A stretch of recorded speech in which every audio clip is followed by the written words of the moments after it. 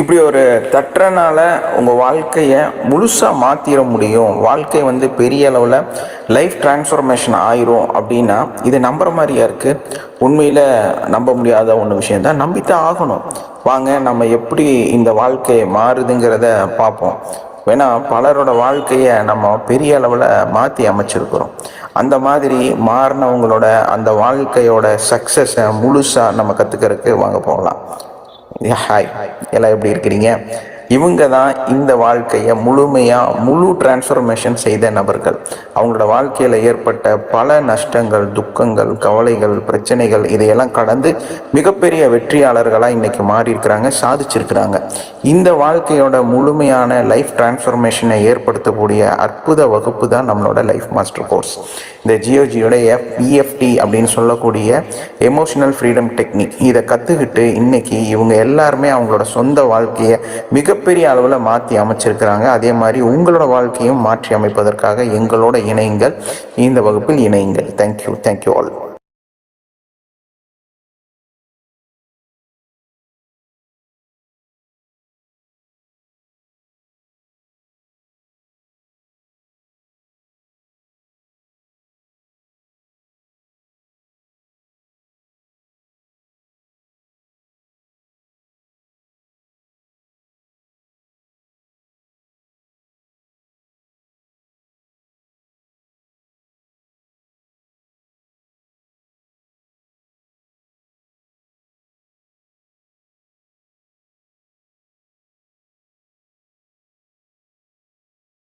அந்த துரோகத்தோட நாள், அந்த அன்னைக்கு நான் இருந்த துக்கம், என் லைஃப் மோசமா இருந்த அந்த இடம், கிரை அழுதுருங்க. அந்த இடம் நாட் ஓகே, அதை ஏற்றுக்க முடியாது. நாட் ஓகே, அந்த வெளியே கொண்டு வந்துட்டு தட் பர்சன். ஸோ உங்க ஃபீலிங்ஸை கொண்டு வந்துருங்க. நம்ம ரீமேரேஜ்ல அவரே தான் கல்யாணம் பண்ண போறோம். ப்ரெசன்ட் மூமெண்ட்ல அவர் யாரா இருந்தாலும் அவரை மன்னிக்காதீங்க, அழுதுருங்க, வெளியே கொண்டு வந்துருங்க, மன்னிச்சிடலாம், சரி பண்ணிடலாம், ரீமேரேஜ் பண்ணிக்கலாம்.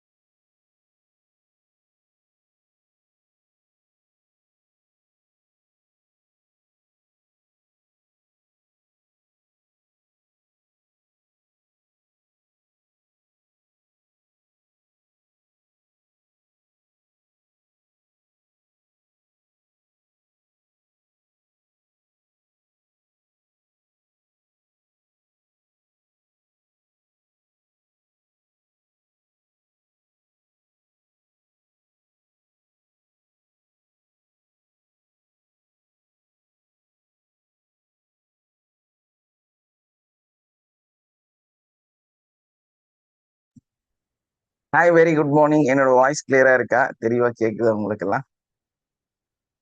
குட் மார்னிங் சார், நல்லா இருக்கு சார். வாழ்க வணங்க. வாழ்க வளமுடன். இன்னைக்கு நம்ம என்ன டாபிக் பார்க்க போறோம் அப்படின்னு தெரியுமா யாருக்காவது? ஒரு பெரிய சப்ஜெக்ட் பார்க்க போறோம். ரொம்ப அதிகமான விஷயங்களை வந்து நம்ம கத்துக்குவோம்னு நினைக்கிறேன்.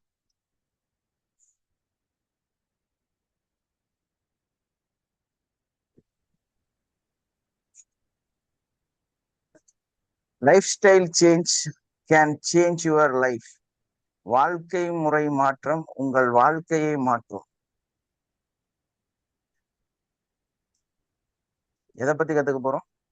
நம்மளோட நடைமுறையில இருக்கக்கூடிய வாழ்க்கை, அந்த முறைகளை மாற்றி அமைப்பதன் மூலமாக நம்மளோட வாழ்க்கை முழுசா மாற்றி அமையும் அப்படிங்கிறதும் அதாவது பொதுவா இதை எப்படி சொல்லலாம் அப்படின்னா, ஒரு மனிதனோட செயல்பாடு, அவங்களுடைய அந்த வளர்ச்சிக்கு காரணம் அவங்களுடைய நடவடிக்கைகள், ஹேபிட்ஸ் தான் அப்படிங்கிறது தான் நம்ம இதுல வந்து மென்ஷன் பண்றோங்க.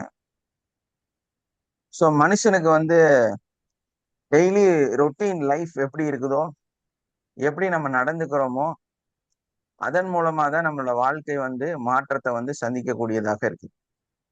ஸோ நமக்கு தெரிய வேண்டிய ஒரே ஒரு விஷயம் தான் நம்ம எப்படி இருக்கிறோம் அப்படிங்கிறது. இதுல நமக்கு நம்ம வந்து சைக்காலஜி ரிலேட்டடா இருக்கக்கூடிய கிளாஸஸ் தான் நம்மளோடது. ஸோ அந்த அடிப்படையில பார்க்கும்போது உலகத்துல எத்தனையோ சிஸ்டங்கள் இருக்கு இல்லையா? மருத்துவ முறைகள் இருக்கு, ஸ்கேனிங் இருக்கு. இப்போ அதெல்லாம் பாத்தீங்கன்னா, ஒரு கை உடைஞ்சிருச்சு, கால் உடைஞ்சிருச்சு அப்படின்னா, ஒரு எக்ஸ்ரே எடுத்து பார்த்தா அது எப்படி இருக்கு ஏதுன்னெல்லாம் தெரிஞ்சுக்கும். அதே டைம்ல ஒரு வேற ஏதாவது நோய்கள் ரத்தத்துல வந்ததுன்னா, நம்ம வந்து பிளட் டெஸ்ட் எடுத்து, சுகருக்கு டெஸ்ட் எடுத்து பார்த்தோம்னா, நம்மளோட வாழ்க்கையில அந்த சுகர் எப்படி இருக்கு, அந்த பிளட்ல வந்து ஏதாவது கிருமிகள் இருக்கா அப்படிங்கிறதெல்லாம் நம்ம கண்டுபிடிச்சிடலாம். பட் அதே டைம்ல நமக்கு ஒரு மனசோர்வாக இருக்குது, மன ரீதியாக ஒரு பிரச்சனை இருக்குது அப்படின்னா, இதை எங்க போய் ஸ்கேன் எடுக்கிறது?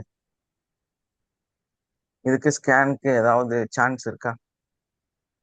ஆனா மருத்துவர்கள், இந்த இன்னைக்கு இருக்கக்கூடிய சைக்காலஜி டாக்டர்ஸ், அந்த கவுன்சிலர்ஸ் அவங்க என்ன பண்ணுவாங்க? ஒன் டு ஒன் உட்கார்ந்து பேசுவாங்க. பேசி எப்படி இருக்கு? என்னவா இருக்கிறீங்க?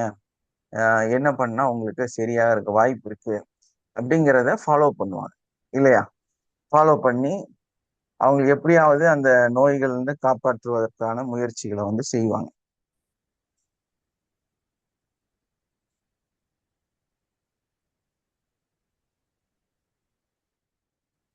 இது கொஞ்சம் ஈஸியா இருக்கு.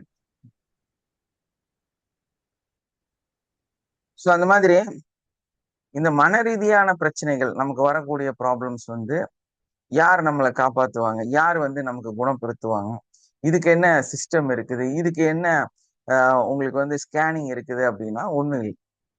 பெருசா எந்த விதமான ஒரு ரிப்போர்ட்டும் யாருனாலையும் தரவும் முடியாது.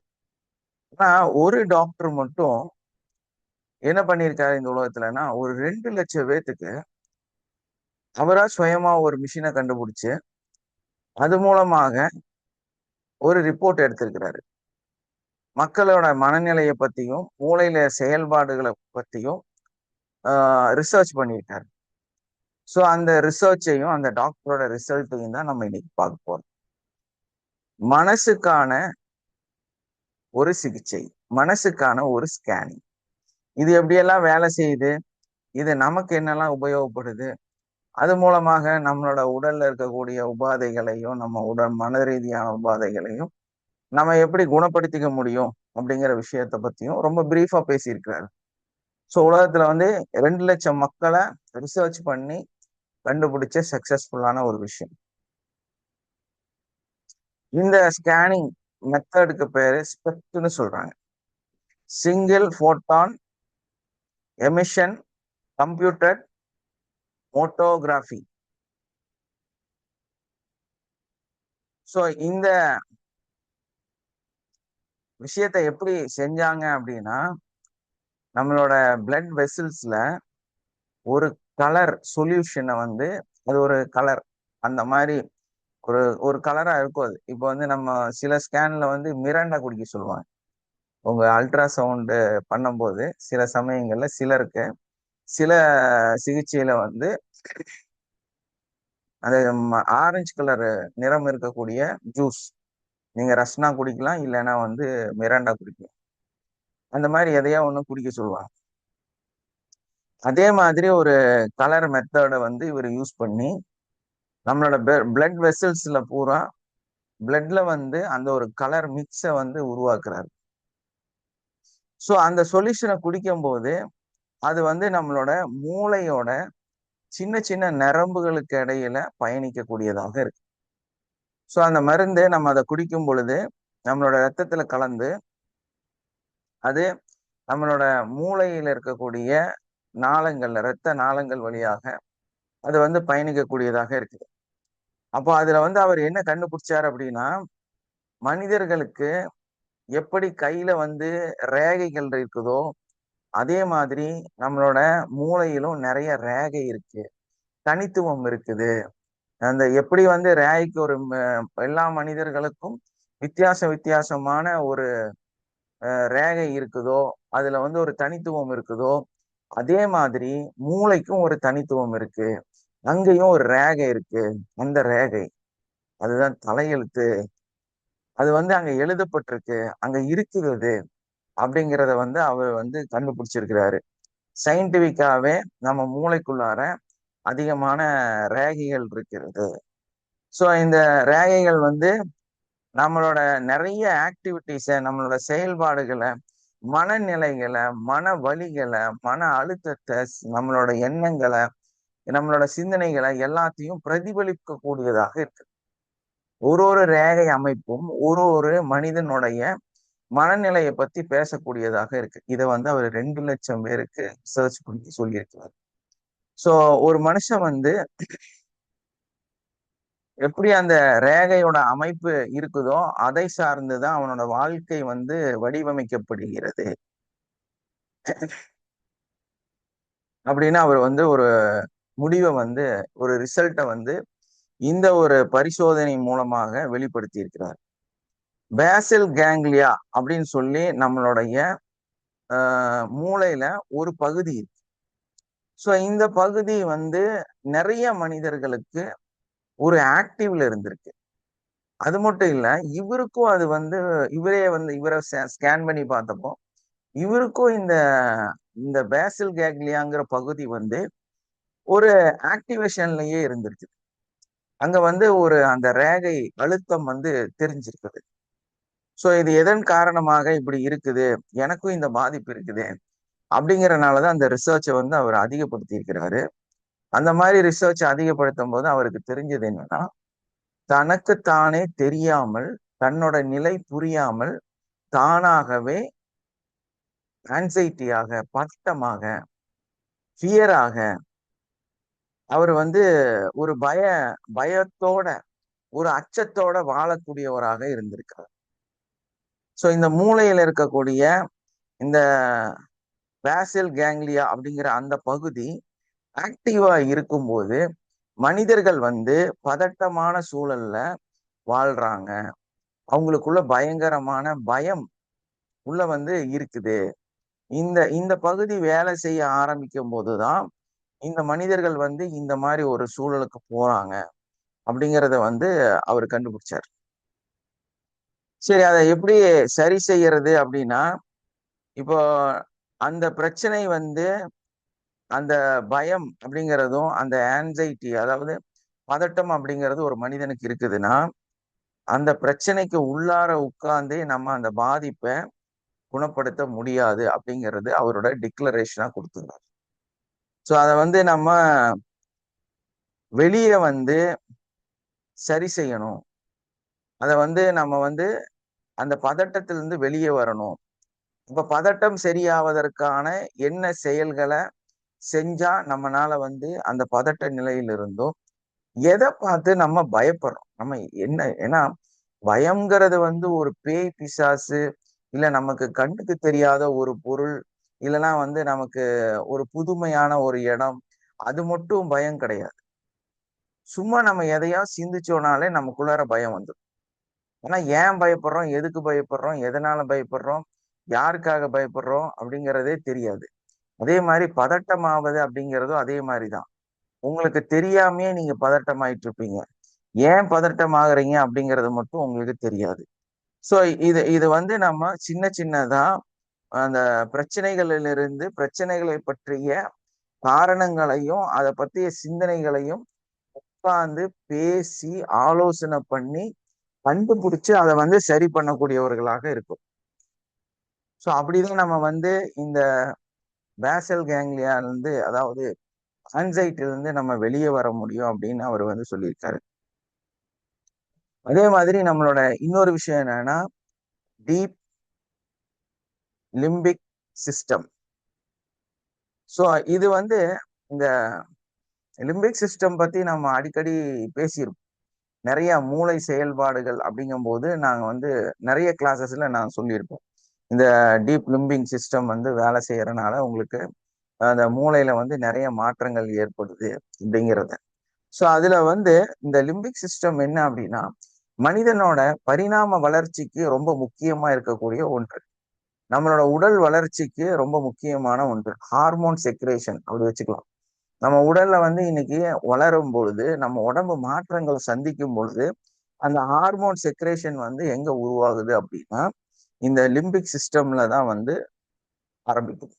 இந்த லிம்பிக் சிஸ்டம் வந்து எமோஷனல் எஃபெக்டிவாக வேலை செய்யக்கூடியதாக இருக்குது. இந்த நம்ம சொன்ன பேசல் கேக்சியா கேங்லியா வந்து நம்மளுடைய ஆன்சைட்டி, பதட்ட நிலையும் ஃபியரையும் வேலை செஞ்சதுன்னா இந்த லிம்பிக் சிஸ்டம் என்ன ஆகுது அப்படின்னா நம்மளோட எமோஷனலுக்கும் டிப்ரெஷனுக்கும் காரணமாக இருக்குது. பாருங்க, மூளையில வந்து ஒரு ஒரு பகுதியில ஒரு ஒரு இடத்துல ஒரு ஒரு நிகழ்வுகள் வந்து நடக்குது. ஒரு ஒரு ஒரு ஒரு பகுதி ஒரு ஒரு சிஸ்டத்தை பிரதிபலிக்குது. எப்படி வந்து நம்மளோட ரேகையை வச்சு நம்ம பல விஷயத்தையும் சொல்லுவோம், பார்ப்போம். அதே டைம்ல ரேகையை வந்து நம்ம அந்த வைக்கும் பொழுது அதோட என்னென்ன காரணங்கள், இது இருந்தா இது வரும், அது இருந்தா அது வரும், அப்படிலாம் வந்து சொல்லக்கூடியவர்களாக இருக்கும். ஸோ அந்த யுனிக்கான ரேகைகள் வந்து நம்மளோட தலையில இருக்கிறதுனால, அதாவது நம்மளோட மூளையில இருக்கிறதுனால இந்த எமோஷனலான விஷயங்கள், இப்ப எப்படின்னா நம்மளோட பாண்டிங், லவ் ஃபீல், இல்லைன்னா வந்து அந்த உறவுகளை விட்டு பிரிஞ்சு போகக்கூடிய அந்த நிலை, இப்படி வந்து இருந்துச்சுன்னா ஆக்சுவலா இது வந்து பாதிக்கப்படல. அதாவது ஒரு லாங் டைம் ஒரு விஷயம் இருக்கும் இல்லையா, திடீர்னு ஒரு மரணம் வந்துடுது, ஒருத்தர் இறந்துடுறாரு, அவங்கள விட்டு காலம் ஃபுல்லா பிரிஞ்சிடும். ஸோ அதுக்காக நீங்க டிப்ரெஷன் ஆகி எமோஷனல் ஆகி எஃபெக்ட் ஆகி நீங்க இருந்தீங்கன்னா நீங்க நார்மல். நீங்க உங்களுக்கு வந்து வியாதியெல்லாம் இல்லை, நீங்க நல்லா தான் இருக்கிறீங்க. இப்போ வந்து உங்க சன்னு திடீர்னு ஃபாரின் போயிட்டாரு, தனிமையில நீங்க இருக்கிறீங்க. உங்க வீட்டுல வந்து அந்த சன்னோட இழப்பு வந்து உங்களுக்கு ஒரு பெரிய கஷ்டமா இருக்கு. டெய்லி அவன் ரொட்டீன் உங்க வீட்டுக்குள்ளேயே இருந்த பையன் ஃபாரின்ல போய் இருக்கிறாரு, 2 வருஷம் 3 வருஷம் 5 வருஷம் பார்க்க முடியல. அப்படிங்கும்போது உங்களுக்கு ஒரு ஃபீலிங்ஸும் ஒரு சங்கடமும் ஒரு கவலையும் ஒரு உடல் உபாதையும் வருது அப்படின்னா இது வந்து நார்மல், நீங்க நல்லா இருக்கிறீங்க. பட் அதே டைம்ல எப்ப இந்த லிம்பிக் சிஸ்டம் வந்து ப்ராப்ளமா மாறுது, உண்மை என்ன அப்படின்னா ருட்டீன் லைஃப்ல காலையில் நம்ம எந்திரிக்கிறோம், என்னென்ன வேலை செய்யணும், ஒரு டீ போடணும், காஃபி பண்ணணும், அப்புறமா வீட்டில் மார்னிங்ல பண்ணணும், அதுக்கப்புறம் மார்னிங் அந்த பிரேக்ஃபாஸ்ட் பண்ணணும், அதுக்கப்புறமா லஞ்ச் பண்ணணும், ஸோ உங்களுக்கு துவைக்கணும், வீட்டை கிளீன் பண்ணணும், இது இந்த மாதிரி சில விஷயங்கள்லாம் இருக்கும். ஆண்களுக்கு வந்து வெளியே போறோம், சம்பாதிக்கிறோம், பல நபர்களை சந்திக்கிறோம், மீட்டிங் போறோம், பிசினஸ் ஆங்கிள் பேசுறோம், அங்க இருக்கக்கூடிய வேலைகளை செய்யறோம். இந்த ரொட்டீன்ல வந்து எப்போ உங்களுக்கு ஒரு பதட்டமான மனநிலை வருதோ, ரொட்டீன்ல வந்து உங்களுக்கு எப்போ வந்து ஒரு டிப்ரெஷன் வருதோ, எப்ப நீங்க வந்து ரொட்டீன் லைஃப செய்யறக்கே நீங்க வந்து ரொம்ப ஸ்ட்ரெஸ் ஆகுறீங்களோ, அப்பதான் இந்த லிம்பிக் சிஸ்டம் வந்து பாதிக்கப்படக்கூடியதாக இருக்கு. இந்த லிம்பிக் சிஸ்டம் பாதிச்சிருச்சு அப்படிங்கும்போது ஆட்டோமேட்டிக்கா உங்களுடைய அந்த கில் தி அண்ட் அப்படின்னு ஒரு விஷயத்த வந்து சொல்றாங்க. அதாவது ஆன்ட்னா ஆட்டோமேட்டிக் நெகட்டிவ் டெல்லி. அவங்க ஈஸியா தெரிஞ்சிருச்சு இல்லையா? இந்த கிளாஸ் முடிச்சவங்களுக்கு சிம்பிளா தெரிஞ்சிருக்கும் இந்த வார்த்தை சொன்னனே. நெகட்டிவா திங்க் பண்றது, நெகட்டிவா பேசுறத குறைக்கிறது. இந்த ரொட்டீன் லைஃப்ல வந்து இந்த பிரச்சனை வர ஆரம்பிச்சதுன்னா நம்ம எதை செஞ்சாலுமே எதை செய்யறதுனாலுமே எந்த காரியம் ஆனாலே நம்ம ஆட்டோமேட்டிக்கா நெகட்டிவா பேசும். இங்கதான் ப்ராப்ளம் கிரியேட் ஆகுது. இங்கதான் நீங்க டிசீஸ்குள்ள போறீங்க. இங்கதான் தேவையில்லாத சிந்தனைகள், ஓவர் தாட்ஸ் இல்லையா, ஓவர் திங்கிங், இங்கதான் ப்ராப்ளம் கிரியேட். அதாவது ரொட்டீன் லைஃப்ல நீங்க வர துக்கம், கவலை, பிரச்சனை இதெல்லாம் மனுஷனா வரும். ஏங்க, ஒரு மனுஷன் இறந்து போனா நமக்கு சோகம் வரணுமா வேண்டாம்? இது நல்லது, அது கரெக்ட், நீங்க நார்மல்ல இருக்கீங்க. ஆனா டெய்லி காலையில எந்திரிச்சனவே சோகமா இருக்கிறீங்க, சோம்பேறித்தனமா இருக்கிறீங்க, உடம்பு உபாதைகள் நிறைய இருக்குது, உங்களால எதுவும் செய்ய முடியல அப்படின்னா நீங்க பிரச்சனைக்குள்ள இருக்கீங்கன்னு அர்த்தம். அப்போ உங்க லிம்பிக் சிஸ்டம் வந்து பாதிச்சிருச்சு, அது வந்து ஒரு நோய்வாய்ப்பட்டுருச்சு அப்படிங்கிறத வந்து நம்ம புரிஞ்சுக்கலாம். நம்ம மூளையில ஏதோ ஒரு இடத்துல பிளாக்கு, ஏதோ ஒரு இடத்துல ரத்தம் ஓடல. அதான் உண்மை. ஸோ அப்ப என்ன ஆகுனா, இந்த ரொட்டீன் லைஃப்ல நெகட்டிவ் சிந்திக்கிறது, இது வந்து ஸ்டார்டிங் ஸ்டேஜ்ல நம்ம குணப்படுத்தி அவங்கள வெளியே கொண்டு வந்துடலாம். இது முத்த ஆரம்பிச்சதுன்னா ரொம்ப ரொம்ப கஷ்டம். அப்புறம் அவங்கள யாராலையும் காப்பாற்ற முடியாது. தனிமையில பேசக்கூடியவர்களாக மாறிடுவாங்க. ஏன்னா இதோட விளைவுகள் அப்படிதான் போய் கொண்டு போய் சேருது. ஸோ அப்ப அந்த லிம்பிக் சிஸ்டம் வந்து நல்லா இருந்ததுன்னா நல்ல சோகம் உங்களுக்கு வரும், நல்ல துக்கம் உங்களுக்கு வரும், நல்ல சங்கடங்கள் உங்களுக்கு வரும். இதெல்லாம் நல்லது. நீங்க நல்லா இருக்கிறீங்கன்னு அர்த்தம். உங்க மூளை நல்லா இருக்கு, உங்க உடலும் ஆரோக்கியமா இருக்குன்னு அர்த்தம். நிறைய நோய்களை வந்து நோயின் நொழியை பாக்குறோம், ஆனா அது நோய் சரியா தப்பான்னு பாக்குறதே இல்லை, இல்லையா? எஸ்ஆர்னோ? அப்ப அந்த நோயில இந்த செயல்பாடுகளை நம்ம பிரிச்சு தெரிஞ்சு, இது நோய், இது நோய் இல்ல, இது வந்து மன அழுத்தம், இது மன அழுத்தம் இல்ல, இது வந்து நேச்சர் அப்படிங்கிறத நம்ம புரிஞ்சுக்கணும்.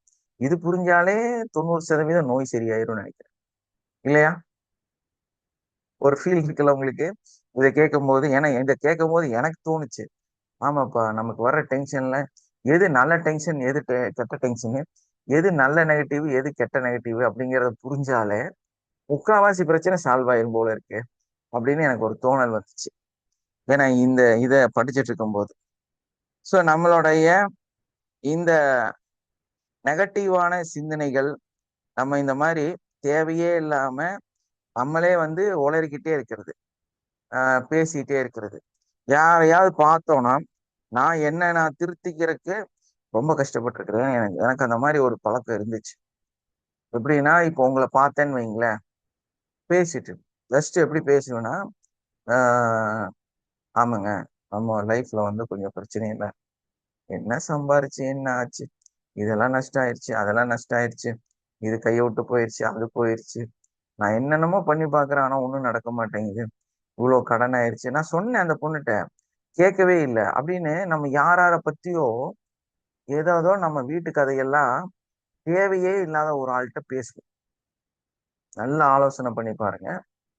நான் அந்த தப்பை நிறைய இடத்துல பண்ணியிருக்கிறேன். இந்த கிளாஸ் கிடைக்கிறதுக்கு முன்னாடி நான் அப்படிதான், யாரை பார்த்தாலும் மற்றவங்களை பத்தி குறை சொல்லுவேன்.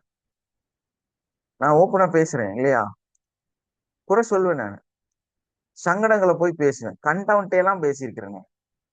அப்புறம் இந்த கிளாஸ் அட்டன் பண்ணதுக்கு அப்புறம் நம்ம ஏன் இவங்கள்ட்ட நம்மளை பத்தி குறைகளை, நம்மளோட சங்கடங்களை இவங்கள்ட்ட போய் ஏன் பேசுறோம்? நம்ம ஆக்சுவலா அவங்க நமக்கு எதிரானவங்க, நல்லவன் மாதிரி இந்த பக்கம் நடிச்சுட்டு அந்த பக்கம் போய் நம்மளை ஏமாத்துறவங்க.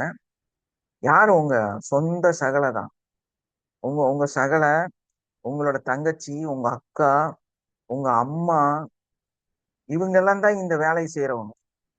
இவங்கள்ட்ட தான் நம்ம தேவையே இல்லாம நம்மளோட வாழ்க்கையை பத்திய சங்கடங்களை வந்து இவங்கள்ட்ட பகிர்ந்துக்கும்.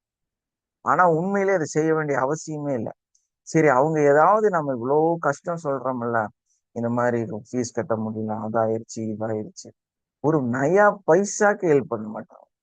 ஆக்சுவலா அவங்க கிட்ட வந்து பணம் இருக்கும், நிறைய இருக்கும், இல்லைன்னா அவங்க வந்தாவது அந்த வேலையை செஞ்சு கொடுக்கலாம். இந்த மாதிரி எல்லாம் இருக்கும். ஒன்றும் இல்லைனாலும் ஒரு ஃபோன் பண்ணி, இங்க பாருப்பா, இங்க கொஞ்சம் கஷ்டப்படுறாங்க, கொஞ்சம் அட்ஜஸ்ட் பண்ணிக்க, நான் கேரண்டி தரேன், அப்புறமா செய்யலாம் அப்படின்னு அவங்க சொல்லலாம். அதை கூட அவங்க செய்ய மாட்டாங்க. அதுக்கு பதிலாக என்ன சொல்லுவாங்கன்னா, அவன் நஷ்டமாகிற மாதிரி இருக்கு போல இருக்கு, நீ இனிமேல் அவன் கடன் கிடன் கேட்டானா கொடுத்துறாத, நான் அதுக்கு பொறுப்பு கிடையாது, நீ கொடுக்குறன்னா கொடுத்துக்க, நான் உன்னை தடையெல்லாம் பண்ண மாட்டேன். ஆனா எனக்கு தெரிஞ்சு நீ வந்து இனிமேல் கொடுக்கறது வந்து எனக்கு நல்லது எனக்கு இல்லை, அதனால இனிமேல் என்னை வந்து இதுல சேர்த்தாத. இப்படி தப்பா பேசுறவங்க தான் நிறைய பேர் இருக்கிறாங்க.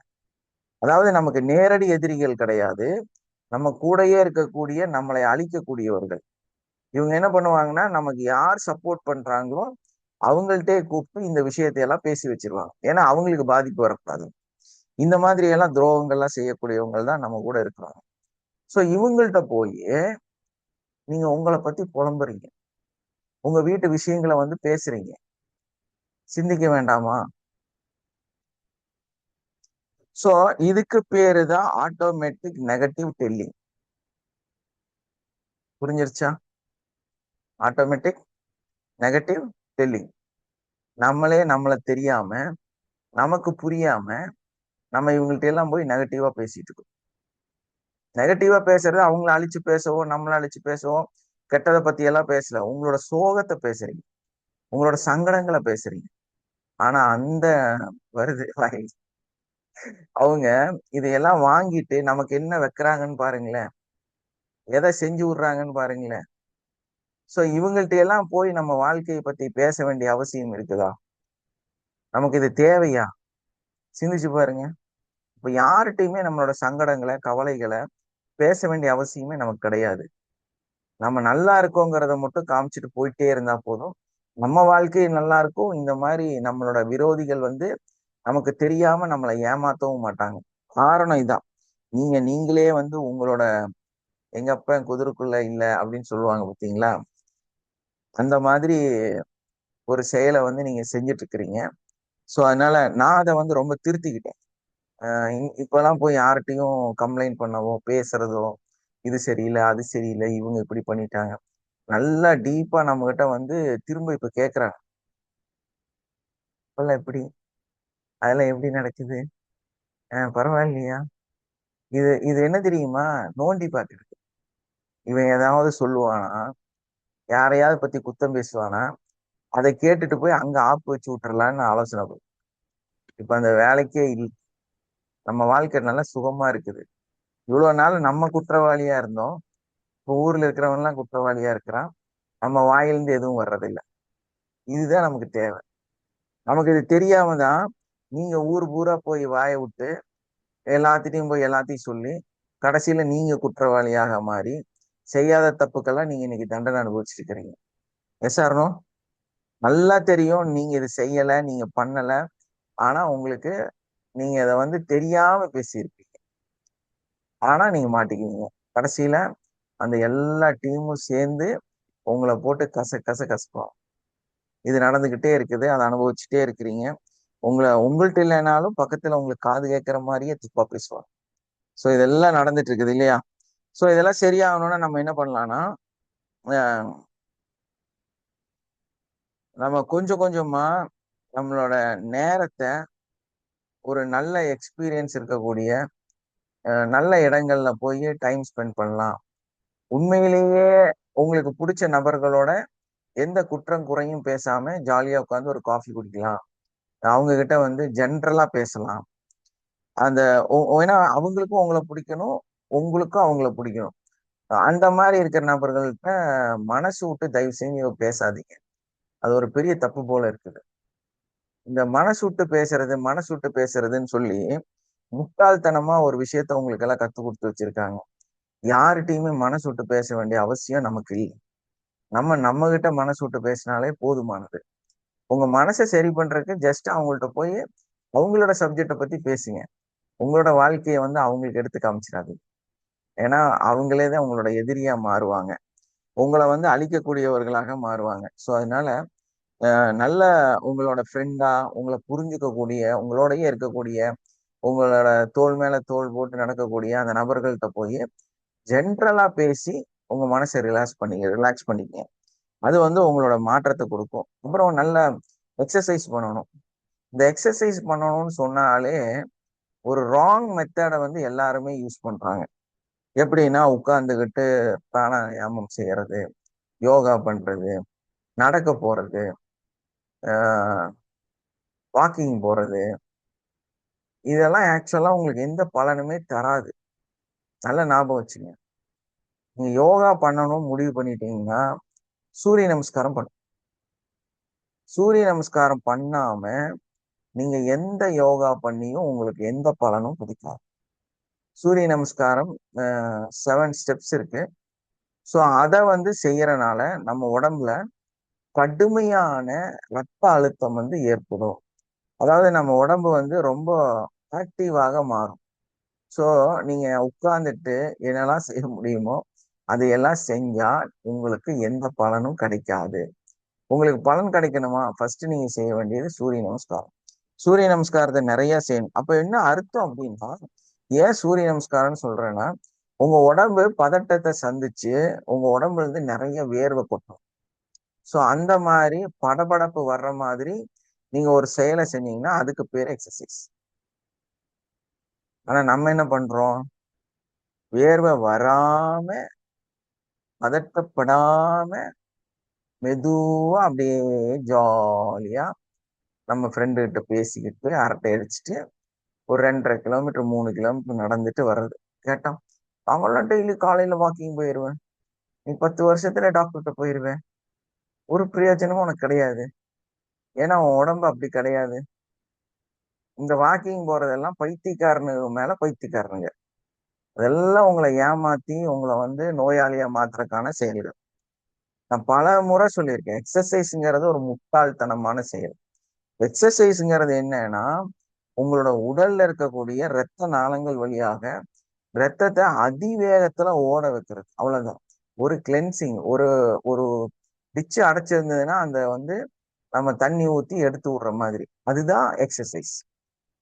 ஸோ நம்ம அந்த எக்ஸசைஸ் பண்ணும்போது என்ன ஆகும் அப்படின்னா, கடுமையா வேர்த்து கொட்டும், நமக்கு வந்து டயர்ட் ஆகும், நம்மளோட உழைப்புகள் அதிகமாக இருக்கும். ஸோ அந்த அந்த பிரீத், நல்ல பிரீத்தா, நல்ல ஒரு பிரீஃபா விஷயங்கள் செய்யும் போது, டீப்பா செய்யும் போது தான் அது கிடைக்கும். அதுக்கு வந்து நீங்க ஆழமான மூச்சு எடுக்கிற அளவுக்கு அந்த விஷயத்த செய்யணும். இப்போ நீங்க நடக்க போறீங்களா, ஓடுங்க. ஓடலாம் முடியாது அப்படின்னா வேகமா நடங்க. இந்த வெட்டிநாயம் பேசிட்டு இந்த யானை நடக்கும் பாத்தீங்களா, இப்படி ஜாலியா இப்படி இப்படி நடக்கிறது. இந்த நடையெல்லாம் வந்து நீங்க 50 கிலோமீட்டர் ஒரு நாளைக்கு நடந்தாலும் ஒரு பிரயோஜனம் கிடையாது. நம்ம இதை விட்டுட்டு வேகமா ஓடுற அளவு வேகத்துல கடுமையா நம்மளோட வேர்வை வெளியே, வெயில் காலத்துல போய் நடந்துட்டு வேர்வை வருதுன்னு சொல்லக்கூடாது. ஊட்டியில நடந்து வேர்வை கொட்டணும், அந்த அளவுக்கு நடக்கும். ஸோ அந்த மாதிரி உங்களோட வேர்வைகள் வெளியே வர மாதிரி நெஞ்செல்லாம் டப் டப் டப் டப் டப்னு அடிக்கணும். அப்ப அந்த நிகழ்வு வந்தாதான் உங்களுடைய உடல்ல இருக்கக்கூடிய கொழுப்புகள் கரையும். ஸோ அப்பதான் உங்களுக்கு நன்மை கிடைக்குமே தவிர, இந்த எக்ஸசைஸுங்கிற பேர்ல ஜாலி அடிக்கிறதுனால ஒரு பிரயோஜனமும் கிடையாது. புரியுதுங்களா? அதே மாதிரி நெகட்டிவ்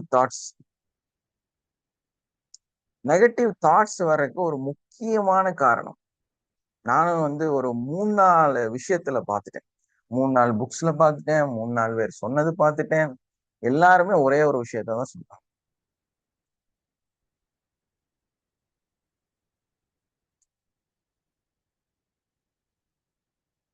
டீப் ஸ்லீப், ஆழ்ந்த உறக்கம். ஒரு 8 மணி நேரம் கண்டிப்பா தூங்கணும். ஒரு 6 ல இருந்து 8 மணி நேரம் கண்டிப்பா நீங்க தூங்கணும். 6 ல இருந்து 8 மணி நேரம் நீங்க தூங்காம அந்த டீப் ஸ்லீப் இல்லாம இருந்தீங்கன்னா கண்டிப்பா உங்களுக்கு அது பாதிப்பு தான், கண்டிப்பா உங்களுக்கு அது பிரச்சனை தான். ஸோ நமக்கு வந்து நம்ம ஆரோக்கியமா இருக்கணும்னு நினைச்சாலே, நெகட்டிவ் தாட்ஸ் வராம இருக்கணும்னு நினைச்சாலே நீங்க நல்லா தூங்கணும், நல்லா படுத்து நல்லா தூங்கணும். நல்ல அந்த டீப் ஸ்லீப், நல்ல ஒரு ரிலாக்ஸா நீங்க தூங்கக்கூடியவர்களாக இருக்கும். அப்படி தூங்குனீங்கன்னா தான் உங்க மைண்ட் ரிலாக்ஸ் ஆகும். அப்போ உங்களால வந்து பாசிட்டிவான விஷயங்களையும் பாசிட்டிவான சஜஷன்களையும் நம்ம வந்து செய்யக்கூடியவர்களாக மாற முடியும். ஏன்னா நம்மளோட அந்த பேசில் கேங்லியா இருக்குல்ல, அதோட வேலைகள், அந்த மூளையில ஒரு பகுதி சரியாக வேலை செய்யணும் அப்படின்னா நமக்கு நிறைய வந்து பாசிட்டிவான சிந்தனைகளை நம்ம ஏற்படுத்தும். இப்போ நம்ம நல்ல எக்ஸசைஸ் பண்றதுனாலையும் சேஞ்சஸ் பண்ணலாம், நல்லா தூங்குறனாலையும் உங்களால மாற்றத்தை ஏற்படுத்த முடியும். தூக்கம் அப்படிங்கிறது ஒரு குட்டி மரணம். அப்புறம் அந்த தூக்கத்துல சும்மா முழிச்சு முழிச்சு பாக்குறது, டைம் பாக்குறது, டைம் என்னன்னு உணர்றது, இதையெல்லாம் செஞ்சுட்டு நீங்க தூங்குனீங்கன்னா நல்ல லைட்டை போட்டு வச்சுக்கிறது, ஜன்னலை திறந்து வச்சுக்கிறது, அதுக்கப்புறமா படுத்துக்கிட்டு இந்த இப்படியே வந்து ஒரு சவுண்டு கேட்டுட்டே தூங்குறது, இதெல்லாம் வந்து உங்களை டிஸ்டர்ப் பண்ணிக்கிட்டே இருக்கு. அலாரம் வைக்கிறது, ஒரு நீங்க ஒரு 6 மணிக்கு எந்திரிக்கணும் முடிவு பண்ணா 6 மணிக்கு அலாரம் வைங்க. அதே 4:30 மணிக்கே வைக்கிறது, 4:30 மணிக்கே வச்சுக்கிட்டு கொஞ்சம் அதை அடிச்சுக்கிட்டே இருக்கும். அதுல அந்த ஸ்னோஸ் மட்டும் போட்டுக்கிட்டே இருக்கிறது, ஸ்டாப் கூட கொடுக்கறது இல்லை.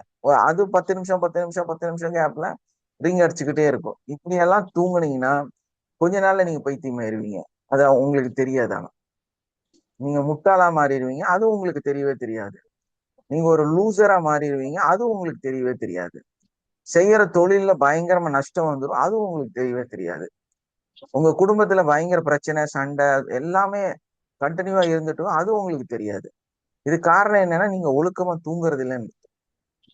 ஒழுக்கமா தூங்கினாலே எல்லா நோயும் குணமாயிரும். நம்மளோட ரொம்ப ஆரோக்கியமான நிகழ்வு என்ன அப்படின்னா, படுத்தா தூங்கிடும். இடையில எந்த டிஸ்டர்பன்ஸுமே இருக்கக்கூடாது. கரெக்டா அந்த 6 மணி நேரம் அல்லது 8 மணி நேரம் அந்த முடியும் போது டக்குனு கண் தூக்கம். சோ இன்னைக்கு 7 மணி நேரம் தூங்கிட்டோம், சந்தோஷம். 6.5 மணி நேரம் தூங்கிட்டோம், சந்தோஷம். 8 மணி நேரம் தூங்கிட்டோம், சந்தோஷம். ஒரு மோசம் இல்ல. தூங்குங்க நல்லா. ஆனா டிஸ்டர்ப் இல்லாம தூங்குங்க. நைட்டு தூங்குறது தான் முக்கியம். பகல்ல தூங்குறதுனால யூஸ் இல்ல. ஆனா பகல்ல முடிஞ்ச 1/2 மணி நேரம் 1 மணி நேரம் தூங்குங்க, அதுவும் தப்பு கிடையாது. ஆனா நைட்டு வந்து எந்த டிஸ்டர்பன்ஸும் இல்லை. இப்ப 10:30 மணி 11 மணிக்கு படுக்கிறீங்களா, காலையில 6 மணி 6:30 மணி 5:30 மணிக்கு எந்திரிச்சிடும். சோ அந்த டைமிங் நல்லா டீப்பா தூங்கணும். இது 5 மணிக்கு சாயந்தரம் படுக்கிறது, 6 மணி வரைக்கும் தூங்குறது, அப்புறம் இடையில டயர்டானா தூங்குறது, அப்புறம் நைட்டு உட்காந்துட்டு 12 மணி வரைக்கும் அந்த ரீல்ஸ் பாக்குறது, போன் நோண்டுறது, டிவி பாக்குறது, இது எல்லாம் செஞ்சீங்கன்னா உங்க வாழ்க்கை சரியா குணம் அடையாது. நீங்க சும்மா வேணா எதை வேணா சொல்லிக்கலாம். அதெல்லாம் முன்னேறல, எனக்கு வந்து அது நடக்கல, எனக்கு இது நடக்கல, எனக்கெல்லாம் நல்லது நடக்காது. உங்களோட ஹேபிட்ஸ், உங்களோட பழக்க வழக்கங்களை, உங்க லைஃப் ஸ்டைல நீங்க மாத்தியே ஆகும். புரியுதா?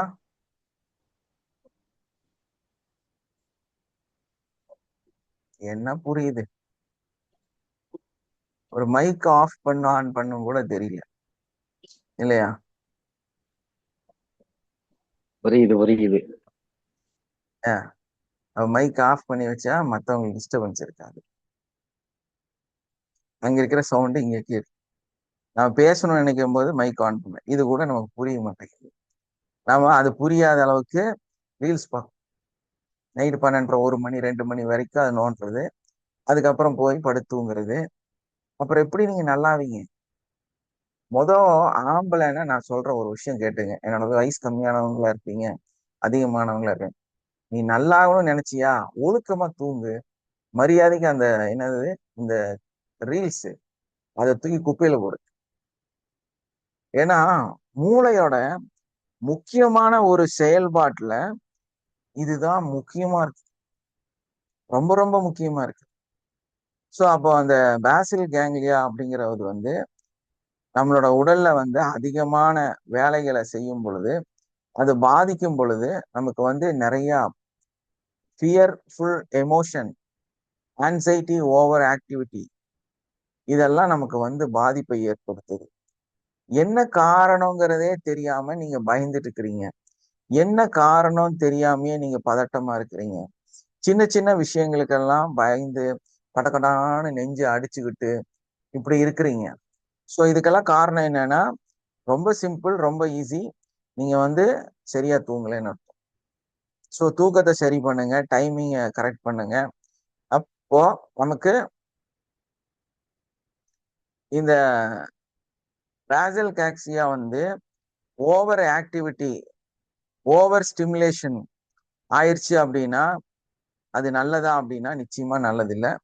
அதை வந்து கண்ட்ரோல் பண்றதுக்கு நம்ம வந்து மன அமைதியான நிலையில கொஞ்சம் ரிலாக்ஸா இருக்கணும். ஆக்சுவலா வந்து இந்த மன ரீதியான பிரச்சனைகளை சரி பண்றதுக்கு உடல் ரீதியாக நாம சரியாகும். அதுதான் ரியாலிட்டி. அதுதான் தூக்கம்னு சொல்லியிருக்காங்க. நான் எனக்கு புரிஞ்ச வரைக்கும் நான் சொல்ற ஒரு விஷயம் என்னன்னா, நம்ம உடம்பு எப்ப ரெஸ்ட் இருக்கும்,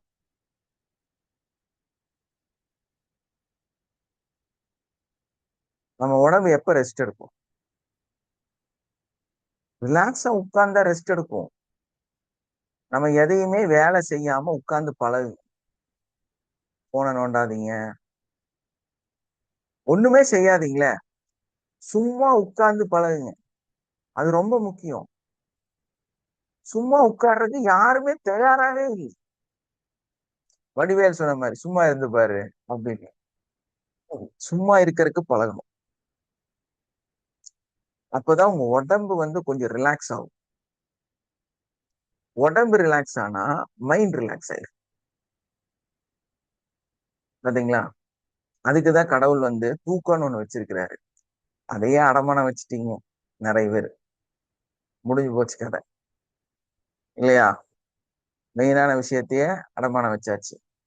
இப்ப நம்ம உடம்பு நல்ல ரெஸ்ட் எடுத்துச்சுன்னா மூளை நல்ல ரெஃப்ரெஷ்ஷா இருக்கும், நல்லா இருக்கும், நல்ல ஞாபகங்கள், நல்ல சிந்தனைகள், நல்ல பிரைட்னஸா மேலும் மேலும் நம்ம என்ன செய்யலாம், என்ன செஞ்சா வருமானம் வரும், என்ன செஞ்சா குடும்ப உறவுகளை பாக்குங்க நம்ம வந்து சரி செய்ய முடியும், இந்த மாதிரி பல விஷயங்கள்ல வந்து நமக்கு பிடிக்கும்.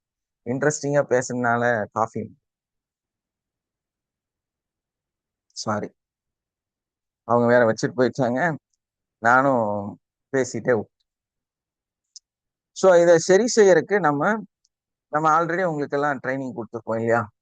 தொப்புள் இருந்து மூச்சு பயிற்சி செய்யணும். அதாவது நம்ம வயிற்றுக்குள்ளார எடுத்து பிரீத் இன் பிரீத் அவுட் பண்ணி நம்ம வந்து அந்த மூச்சு பயிற்சி சிஸ்டம் உங்களுக்கு எல்லாம் சொல்லி கொடுத்துருக்கோம். ஸோ அந்த மாதிரி நம்ம பிரீத் இன் பிரீத் அவுட் பண்ணணும்னா நம்ம உடம்பு வந்து கொஞ்சம் ஆரோக்கியமா இருக்கும். நம்ம செஸ்ட் பிரீத்திங் பண்ணும்போது உங்களுக்கு வந்து பெருசா வந்து சேஞ்சஸ் கிடைக்காது. அப்டமல் பிரீத்திங் பண்ணும்போது நிறைய சேஞ்சஸ் கிடைக்கும். ஸோ நம்ம என்ன பண்ணணும்? விசுவலைஸ் பண்ணணும், கிராட்டிடியூட் சொல்லணும். நம்ம லைஃப்க்கு என்ன வேணும் அப்படிங்கிறத நம்ம வந்து ஒரு எய்ம் கொண்டு வரணும், ஒரு கோல் செட், ஒரு லாங் டைம் ஒரு கோல் செட் கொண்டு வரணும். ஸோ அந்த லாங் டைம் கோல் செட் கொண்டு வந்து அதை வந்து நம்மளோட வாழ்க்கை நடைமுறைக்காக சிந்திக்க கூடியவர்களாக இருக்கு. உங்க மூளையை வந்து டைவர்ட் பண்ணணும். நீங்க ஃபர்ஸ்ட் வந்து சின்ன சின்னதா ஸ்டார்ட் பண்ணுங்க. இப்போ நம்ம கிராட்டிடியூட் எப்படி பண்ணுவோம்? ஸ்டார்டிங்ல நம்ம வந்து டெய்லி இன்கம் 10,000 ரூபா, அதுக்கப்புறமா ஸ்டார்டிங் டெய்லி இன்கம் 1 லேக். இப்போ ஒன்னொன்னு அச்சீவ் பண்ணிட்டே இருக்கிறோம். ஸோ எடுத்த உடனே உங்க மூளை உங்களை ஏத்துக்காத அளவுக்கு நான் வந்து மல்டி பில்லியனராக இருக்கிறேன், கரெக்ட். அது மல்டி பில்லியனராக இருக்கிறது கரெக்ட். ஆனா உங்க மூளைக்குன்னு ஒரு நாலேஜ் இருக்குல்ல. நான் டெய்லியும் 50 லட்சம் சம்பாதிக்கிறேன், நான் வந்து டெய்லியும் 1 கோடி சம்பாதிக்கிறேன், நான் டெய்லியும் 1 கோடி சம்பாதிக்கிறேன் நீ சொன்னனாலையோ எழுதுனாலையோ 10 பைசா பிரயோஜனம் இல்லை. ஏன்னா உங்களோட ஆழ்மனது, உங்களோட மூளை உங்களுக்கு ஆப்போசிட்டா வேலை செய்யும். இதுவே ஒரு ஸ்ட்ரெஸ்ஸை உருவாக்கும். அப்ப நியாயமான விஷயங்களை நீங்க ஏற்படுத்தணும். இப்ப நீங்க வந்து சாதாரணமா ஒரு 500 ரூபா 1000 ரூபா கூலிக்கு நீங்க வேலைக்கு போயிட்டு இருக்கிறீங்க அப்படின்னா என்னோட டெய்லி கூலி இனிமேல் இருந்து 3000 ரூபா அப்படின்னு நம்ம செட் பண்ணி ப்ராக்டிஸ் பண்ணணும். இதான் ஏம். ஸோ அந்த 3000 ரூபா கூலி வாங்குறதா நினைச்சு நீங்க டெய்லி எழுதணும், டெய்லி வந்து ப்ராக்டிஸ் பண்ணணும். அப்படி பண்ணிட்டே இருக்கும்போது உங்க மூளை இதை ஏத்துக்குச்சுன்னா 3000 ரூபாயை கொண்டு வந்து நீங்க நல்லா இருப்பீங்க. மாசம் வந்து ஒரு 90,000 ரூபாய் கிடைச்சிரும். அதுல மாற்றமே இல்லை, நான் கேரண்டி தரேன். அப்படியே வந்து அந்த 90,000 ரூபாய் கிடைக்கிற மாதிரி தெரிஞ்சதுன்னா மெதுவா ஜம்ப் பண்ணி ஒரு 10,000 ரூபாய், ஒரு 5,000 ரூபாய் பிக்ஸ் பண்ணிக்கலாம். அது அப்படியே 5,000 ரூபாய் தெரியுதுன்னு தெரிஞ்சதுன்னா ஒரு 3 மாசம் 2 மாசம் 5 மாசம் கேப்ல எல்லாம் இது நடக்கும். அப்போ அப்படியே 10,000க்கு போயிடுவேன். அப்படி 10,000க்கு போனதுக்கு அப்புறம் அப்படியே 40,000 50,000 1 லட்சம் அப்படி க்ரோத் பண்ணி வரும்போது ஒரு 3 வருஷம் ஆயிரும். ஸோ உங்க வாழ்க்கை அப்படியே படிப்படியா மேல வந்து நீங்க சரியாயிருவீங்க, உண்மையிலேயே சம்பாதிச்சிருவீங்க. ஆனா இந்த முட்டா பையில கிளாஸ் எடுக்கும்போது என்ன சொல்லுவாங்கன்னா, மல்டி பில்லியனர், நான் வந்து டெய்லி கோடிகள் சம்பாதிக்கிறேன். ஒன்னும் நடக்காது. சிங்கமா திட்டுவோம், ஒன்னும் நடக்காது, ஒண்ணுமே நடக்காது உங்களுக்கு. இதனால எந்த பிரயோஜனமும் இல்லை. ஏன்னா உங்க மூளைக்கு எதிரா நீங்க செய்றீங்க. நீங்களே நினைச்சு பாருங்களேன், நீங்க வந்து இன்னைக்கு பிரைம் மினிஸ்டர், நீங்க தான் பிரைம் மினிஸ்டர். உங்க மூளை உங்களை ஏத்துக்குமா?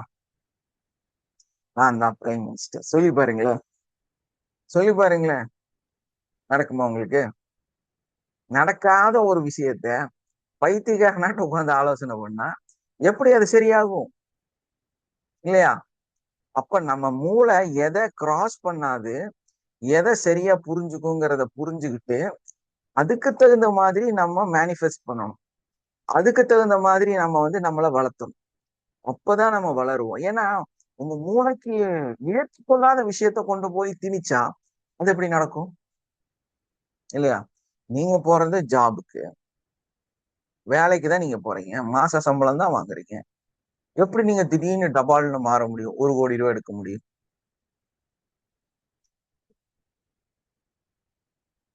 இப்போ விசுவலைஸ் பண்ணணும், கிராட்டிடியூட் சொல்லணும், நம்மளோட எய்ம் செட் பண்ணணும்.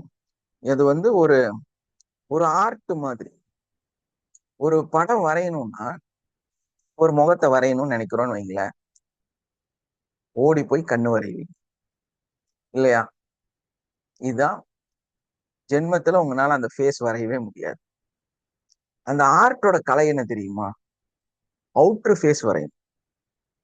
ஃபர்ஸ்ட் நம்ம இங்க தாடையிலிருந்து ஸ்டார்ட் பண்ணி நம்மளோட இந்த நெத்தி வரைக்கும் வரையணும். ஸோ அப்ப இந்த ஷேப் கிடைச்ச உடனே நம்மளுடைய காது பகுதி, அப்புறமா இந்த கிராஸ் இல்ல இங்க ஒரு கோடு போட்டு மூக்கு, கன்னம் இதை வந்து சரிப்படுத்தும். அதுக்கு நேர் பெர்சன்டேஜ்ல வாய், நம்மளோட இந்த பகுதி வைக்கணும். அதுக்கப்புறமா தான் நெத்தி ஃபிக்ஸ் பண்ணி முடி வைக்கணும். லாஸ்டா தான் கண்ணு வரையணும். யாராவது இதை சொல்லி கொடுக்குறாங்களா? இப்படிதாங்க ஒரு ஆர்ட் அழகா வரும். இதே மாதிரிதான் நம்ம மூளை எதை செய்யுமோ அதுக்கு தகுந்த மாதிரி நம்ம வந்து ஒரு புரிதலோட ஒரு விஷயத்த செய்யும் பொழுதுதான் அது சக்சஸா மாறும். ஸோ அது மாதிரி நம்மளோட ஏம் வந்து செட் பண்ணணும். ஏம் வந்து எப்படி, எதுக்கு, என்ன மாதிரி, இதெல்லாம் கரெக்ஷன் இருக்கணும். அதுல ஒரு விசுவலைஸ் பண்ணும்போது அந்த விசுவலைஸ்ல நம்ம அது என்னவா இருக்கணுங்கிறத புரிஞ்சுக்கணும். அது மாதிரி மாறணும் அப்படின்னா அதுக்கான தேடுதலை வந்து நம்ம ஏற்படுத்தணும்.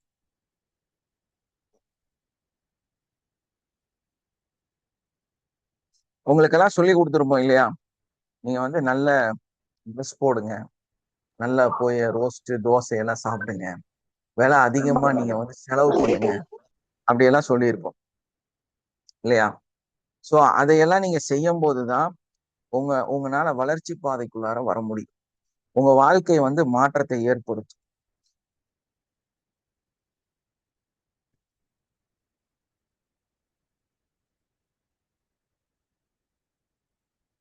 இதுல நம்மளோட இந்த பதட்டம் எல்லாம் சரியாகிறதுக்கு நமக்கு இன்னொரு விஷயம் இருக்குது. அது என்னன்னா இன்அட்டென்ஷன் அண்ட் இம்பல்ஸ். அதாவது நம்ம இந்த ப்ரீஃப்ரண்டல் கார்டெக்ஸ்னு ஒண்ணு இருக்குது. இந்த ப்ரீஃப்ரண்டல் கார்டெக்ஸ் அப்படிங்கிறது வந்து ஒரு சூப்பர்வைசர், ரொம்ப மோசமான பொருள் கூட. அந்த ப்ரீஃப்ரண்டல் கார்டெக்ஸ் வந்து நம்மளை வந்து நெகட்டிவ வந்து அடிச்சு கலக்கி வர்றதும், நம்மளை ஒண்ணு இல்லாம சோம்பேறியா மாத்துறதும், நம்மளை வந்து அது ஒரு பயங்கரமான விஷயம்தான் இந்த ப்ரீஃப்ரண்டல் கார்டெக்ஸ்ங்கிறது. அதோட ஆக்டிவிட்டிஸ் வந்துருச்சுனாலே வேற லெவல்ல நம்ம வந்து பாதிக்கப்படவும் செய்வோம். ஸோ நம்ம பாதிப்புகள் வர்றதுக்கும் அதுக்கு வாய்ப்பு இருக்குது. ஸோ இந்த ப்ரீஃப்ரண்டல் கார்டெக்ஸோட செயல்பாடுகள் நிறைய இருக்குது. நான் ஷார்ட்டா சொல்லிடுறேன், சரிங்களா? ஸோ அந்த இது எப்படி வேலை செய்யும் அப்படின்னா, நிறைய முட்டாள்தனமான விஷயங்கள் வந்து உங்களுக்கு கற்றுக் கொடுத்துருக்குறாங்க.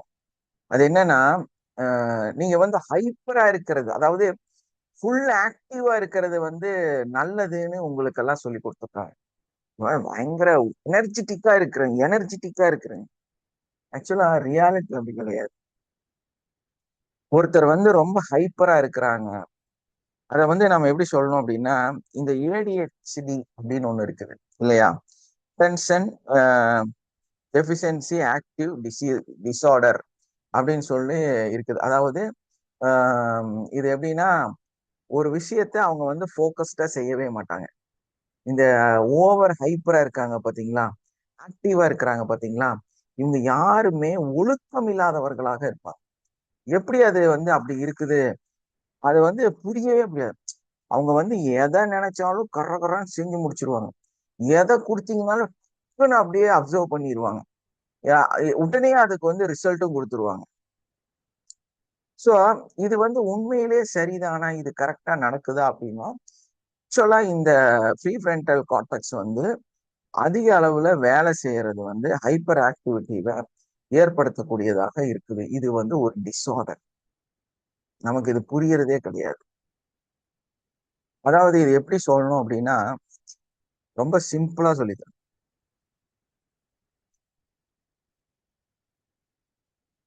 இந்த ஹைப்பரா டடான்னு எல்லா வேலையும் செய்யறாங்களா, அவங்க எல்லாருமே நோயால் பாதிக்கப்பட்டுதான் இருக்கிறாங்க.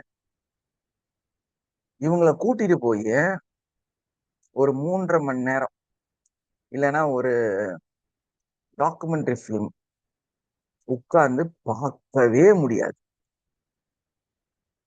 இவங்க உட்கார மாட்டாங்க.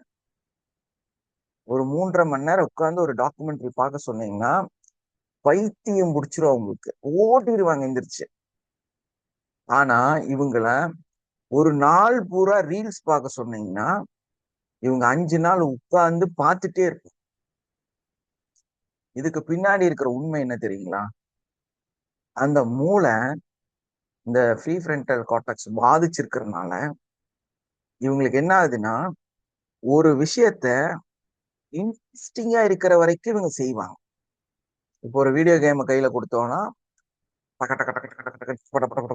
பயங்கரமா கேம்ல ஜெயிச்சுட்டே இருப்பாங்க. ஜெயிச்சுட்டே இருந்தாங்கன்னா இவங்களுக்கு போர் அடிச்சு. பைத்தியக்காரன் மாதிரி நல்லா சம்பாரிச்சிட்டு இருப்பான், பயங்கரமா வேலை செஞ்சுட்டு இருப்பான், எல்லாத்தையும் தூக்கி குப்பையில போட்டு வேலையை செய்ய மாட்டான். இவனுக்கு போர் அடிச்சிரும்னு. சீரியஸாங்க, இந்த மாதிரி நிறைய பேர் இருக்காங்க. போர் அடிக்குதுன்னு தொழிலை விடுறவங்க, மனைவியை விடுறவங்க, வாழ்க்கையை விடுறவங்க இருக்காங்க. தெரியுமா உங்களுக்கு? இவங்க எல்லாமே எப்போ ஒரு மனுஷன் வெறுக்குது, வலிக்குது, போர் அடிக்குது, சமாளிக்கவே முடியல, பைத்தியம் பிடிக்குது அப்படின்னு ஒரு விஷயம் இருந்துச்சுன்னா அந்த விஷயத்தையும் திரும்ப திரும்ப தொடர்ந்து கஷ்டத்தோடயே கண்டினியூவா செஞ்சுட்டு இருக்கிறாங்களோ, அமைதியா இருக்கிறாங்களோ, அவங்கதான் நார்மல்ல இருக்கிறாங்க. ப்ரீ ஃப்ரண்டல் கார்டெக்ஸ் வந்து கரெக்டா இருக்கு, சரியா வேலை செஞ்சுட்டு இருக்கு. ஸோ உங்க கணவனையும் மனைவியையும் நீங்க சகிச்சுக்கிறீங்கல்ல, நீங்க நல்ல ஆரோக்கியமா இருக்கிறீங்கன்னு அர்த்தம். அந்த ஹைப்பரை நீங்க சமாளிக்கலைன்னா நீங்க ஹைப்பரை இருக்கிறீங்கன்னு அர்த்தம். புரியுதா உங்களுக்கு? ஸோ எப்ப நம்ம வந்து ஒரு சாக்ரிஃபைஸான வாழ்க்கையை வாழ்றோமோ இப்ப நம்ம ஆரோக்கியமா இருக்கிறோம்னு அர்த்தம். உங்களால ஒரு விஷயத்த சாக்ரிஃபைஸ் பண்ணவே முடியல அப்படின்னா நீங்க நோயாளியா இருக்கீங்கன்னு அர்த்தம். வெரி சிம்பிள் இல்லையா? விசாரணம். இதை விட ஷார்ட்டா ஸ்வீட்டா சொல்ல முடியுமான்னு தெரியல.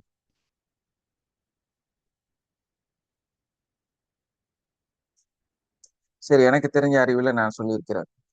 எப்போ ஒரு மனுஷன் வந்து ஃபோக்கஸ்டா இல்லையோ நிச்சயமா வந்து அந்த ADHDங்கிற நோயில இருக்காங்கன்னு அர்த்தம். இதுல எல்லா மனிதர்களுமே இதுல இருப்பதாக அவர் அந்த 2 லட்சம் பேர்த்த ரிசர்ச் பண்ணி நிறைய விஷயம் சொல்லியிருக்காரு. ஸோ இந்த ஹைப்பர் அப்படிங்கிறதே வந்து மிகப்பெரிய பாதிப்பை தரக்கூடிய ஒன்று. நீங்க ரொம்ப ஆக்டிவா இருக்கிறீங்கன்னு நீங்க புத்திசாலின்னு நினைச்சுக்காதீங்க. புரியுதா? நீங்க ரொம்ப ஆக்டிவா இருக்கிறது நீங்க புத்திசாலி கிடையாது. நிதானமா இருக்கிறது தான் புத்திசாலித்தனம். நீங்க வந்து ரொம்ப ஸ்பீடா வேலை செய்யறதுனால நீங்க அறிவாளி கிடையாது, நீங்க வந்து ஸ்கில்டு கிடையாது. நிதானமான ஒரு புரிதலோட ஒரு வேலையை செய்யறதுலதான் ஸ்கில் இருக்குது. ஸ்கில்னா என்ன?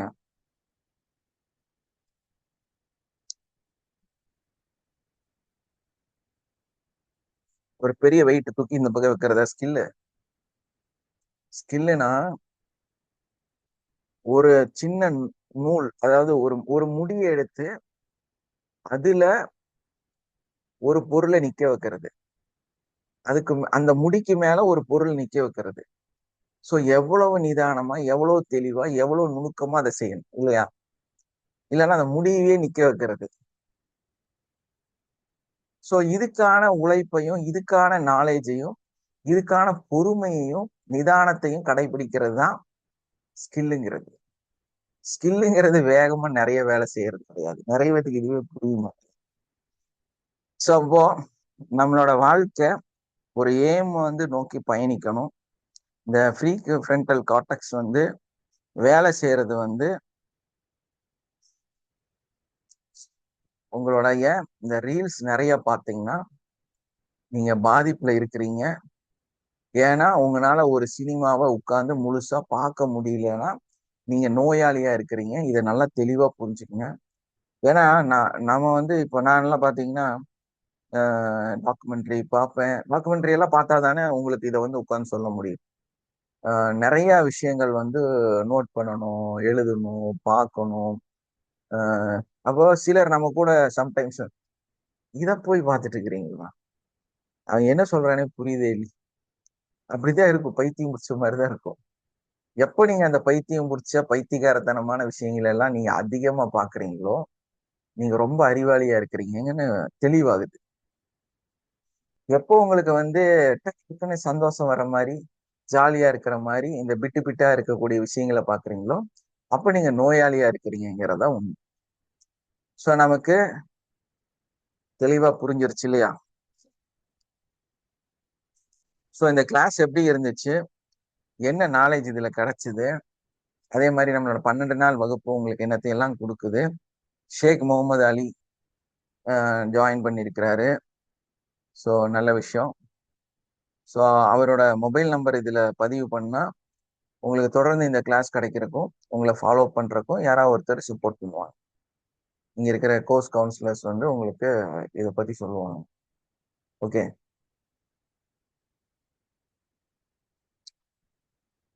எஸ், யாராவது பேசுங்க, மைக் ஆன் பண்ணுங்கம்மா. சார் இன்னைக்கு கிளாஸ் ரொம்ப நல்லா இருந்தது சார். ரொம்ப புதுசா இருந்தது இந்த விஷயம். எஸ், அதாவது அந்த மூளையில இருக்கிற செயல்பாடுகளை பத்தி சொல்லியிருந்தீங்க. எனக்குமே லேசா அந்த ப்ராப்ளம்லாம் இருக்குங்க சார். ஆனா நல்லா தூங்கணும், எக்ஸசைஸ் பண்ணணும்ன்றது தானே சார் அதோட சொல்யூஷன். நல்லா இருந்தது சார். Thank you sir. எஸ். ஏன்னா 40 வயசு 50 வயசு ஆச்சுனாலே நீங்க எல்லாம் பாவம் வயசாயிருச்சுன்னு நினைச்சிட்டீங்க. ஆமாங்க சார். இவ்வளவு நாளும் கத்துட்டு இருந்தீங்க, இதான் உண்மை. 40 வயசு 50 வயசுங்கிறது இந்த உலகத்தை கத்துக்கிறதுக்கான காலம். நீங்க டிகிரி எழுதிட்டு இருந்திருக்கிறீங்க, டிகிரியோ இல்ல வந்து எக்ஸாமினேஷன் ஏதோ ஒரு பத்தி படிச்சிருக்கீங்க, எழுதிட்டீங்க. இனிமேல் தான் நம்ம டிகிரி கம்ப்ளீட் பண்ணி வேலைக்கே போக போறோம். நீங்களே பாருங்களேன், இப்ப குழந்தை பிறந்துருச்சு, பேரன் வந்துருச்சு, பேத்தி வந்துருச்சு.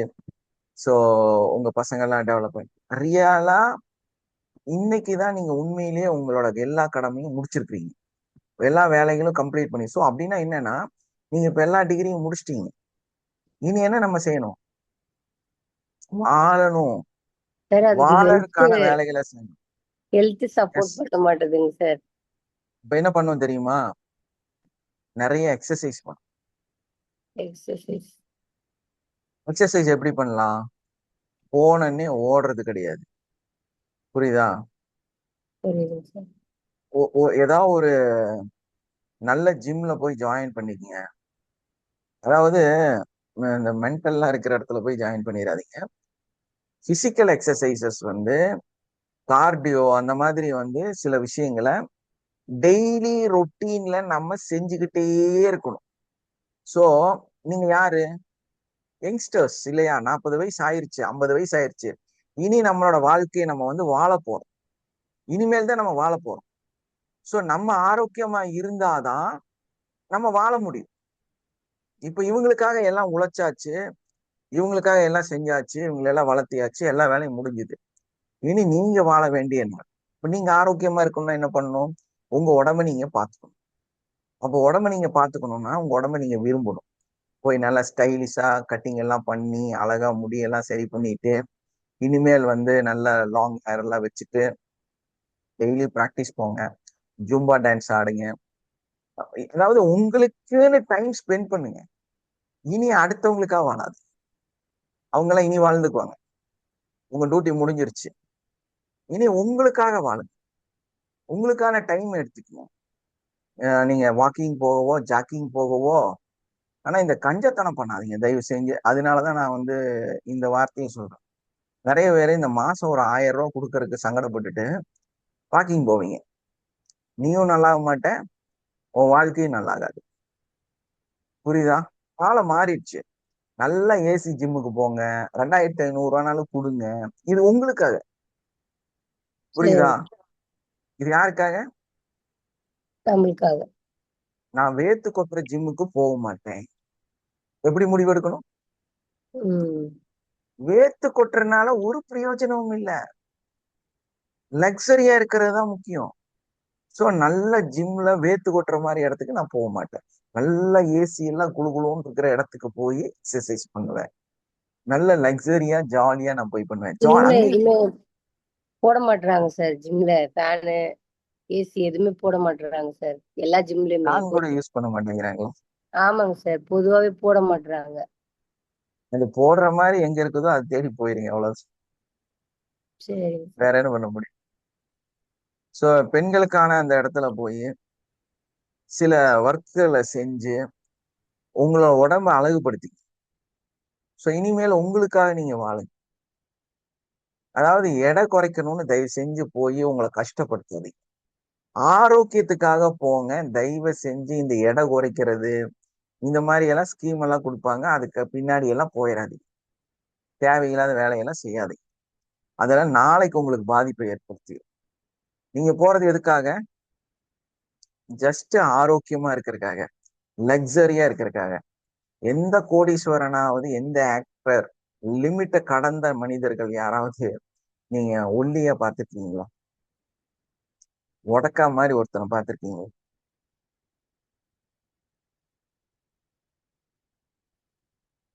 சொல்லுங்க, நீங்களே சொல்லுங்க.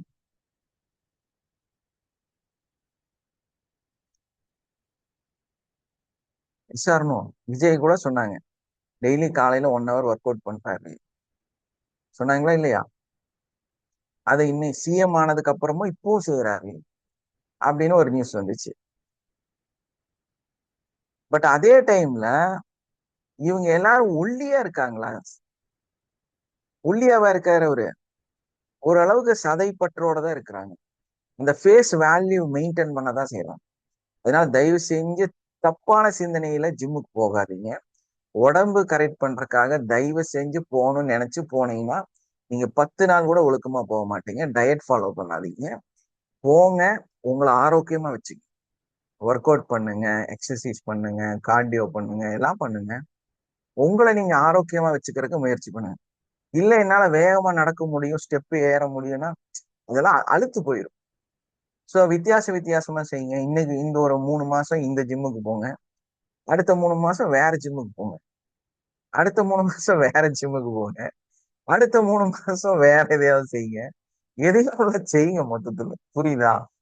அந்த மாதிரி எல்லாம் செஞ்சு உங்களை அழகுபடுத்தி உங்களை வந்து நல்லபடியா வச்சுக்கங்க. இனிமேல் தான் நம்ம வாழ போறோம் இல்லையா? இனிமேல் தான் சாதிக்க போறோம், இனிமேல் தான் வெற்றி அடைய போறோம். ஸோ அதனால வயசாயிருச்சுன்னு உட்காராதீங்க. உட்கார்ந்தனாலதான் உங்க பிரச்சனைங்க, நோயாளியா மாறுறீங்க. ஸோ உங்களுக்கு எல்லாமே கிடைச்சிருச்சு, எல்லாமே வேலையை முடிஞ்சது, இனி வாழ ஆரம்பிங்க. உங்களை நீங்க சரிப்படுத்திக்கிங்க, உங்களை கரெக்ஷன் பண்ணுங்க, உங்களுக்கான நேரங்களை ஒதுக்குங்க. Okay, S. வேற யார் பேசுறீங்க? ஷேக் முகமது அலி, உங்களோட நம்பர் இன்னும் போடல, மொபைல் நம்பர்.